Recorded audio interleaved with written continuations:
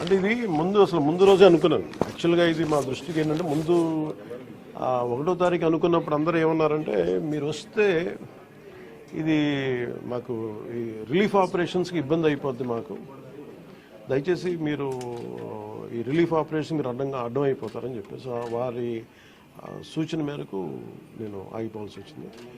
ఇప్పుడు కూడా ఒకసారి వాళ్ళ నిర్ణయం తీసుకొని వాళ్ళు టేక్ కాల్ వెళ్తే అది సహాయపడాలి, కానీ మళ్ళీ ఇంకొక కేయాటిక్ మీకు తెలుసు కదా, అందుకని దాన్ని దృష్టిలో పెట్టుకుని కొంచెం తటపాయిస్తాను. అంతకుమించి లేదు, కొంచెం ఇబ్బంది లేదంటే ముందంటే మెయిన్ అధికారులు పాపం గత 72 గంటల నుంచి వాళ్ళు నలిగిపోతారు.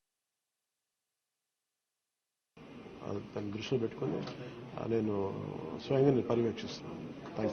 4 రోజులుగా పవన్ కళ్యాణ్ ఉప ముఖ్యమంత్రి రాలేదు, ఎక్కడ వెళ్ళని చెప్పి విపక్షాలు ఆరోపణ చేస్తారు, బాధితులను పట్టించుకోలేదని చెప్పేసి ఆరోపిస్తున్నారు. ఫిజికల్గా మీకు కనిపించడం పద్ధతి అంటే వాళ్ళు ఏమనుకుంటారంటే నేను బోట్ వేసుకొని రెస్క్యూ చేయడం కుదరదు కదా, బాధ్యతలు లేకుండా ఎందుకుంటాం, అది ఏంటంటే అనాలి కాబట్టి అంటమే తప్ప.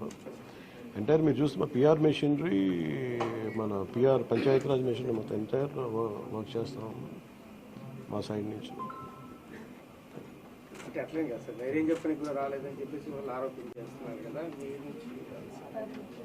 అది నేను అట్లా అనుకోవట్లేదండి. అంటే ఏమైపోతుంది, ధైర్యం చెప్పడానికి వెళ్ళి ఒక్కసారి మీద పడ్డారు అనుకోండి, పరిస్థితులు ఎలా ఉంటాయంటే ఇప్పుడు నేను మొన్న పింఛా డ్యామ్కి దీనికి వెళ్ళాను.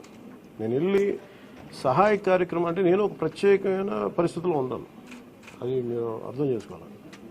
ఇప్పుడు నేను వెళ్ళి కూర్చుంటే వెళ్ళిపోదంటే రెస్క్యూ ఆపరేషన్స్కి ఇబ్బంది కలగకూడదన్నది ఒకటే నన్ను, ఆ సూచన ఒకటి నన్ను ఆపినాను, అంతమించి వేరే ఏం అనుకోలేదు.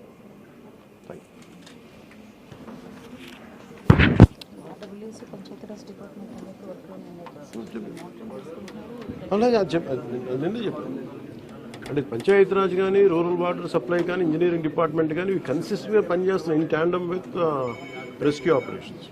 సో దాన్ని కూడా మీరు దృష్టిలో పెట్టారు. హైదరాబాద్ తరహాలో ఇక్కడ చెరువులు అవన్నీ కబ్జాలు అవుతున్నాయి కదా, వాటి విషయంగా ఏమైనా మీ గవర్నమెంట్ దృష్టి పెట్టింది?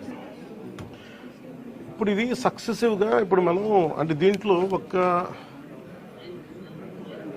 ఒక ఇది ప్రతి ప్రభుత్వం తీసుకోవాల్సిన బాధ్యత ఇది. ఇప్పుడు దీంట్లో ఆల్రెడీ చెరువుల్లో కొంచెం నాలాల్లో కట్టేసినవి ఉంటాయి.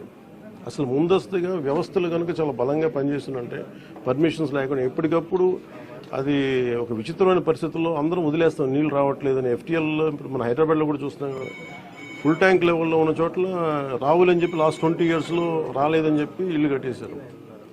ఎప్పుడో సరదాగా మనం అది ఎప్పుడు ఈ జలవనరుల శాఖ ఎప్పటికప్పుడు ఇది కట్టద్దు, పర్మిషన్స్ ఇవ్వద్దని అంటుంది మళ్ళీ, కానీ దాన్ని స్థానిక మున్సిపాలిటీలు కావచ్చు, కార్పొరేషన్స్ కావచ్చు ఇచ్చేసిన పరిస్థితుల్లో మీరు హైదరాబాద్ చూస్తున్నారు. మనకు కూడా అలాంటి పరిస్థితులు ఉన్నాయి.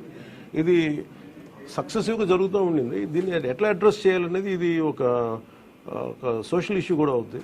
సో దీన్ని ఎలా చేయాలి, కొంత ఎడ్యుకేట్ చేసి కొంత అవగాహన తీసుకొచ్చి ఒక ప్రత్యామ్నాయం కల్పించి దీన్ని ఖచ్చితంగా అడ్రస్ చేయాలి, భవిష్యత్తు ఖచ్చితంగా అడ్రస్ చేయాలి.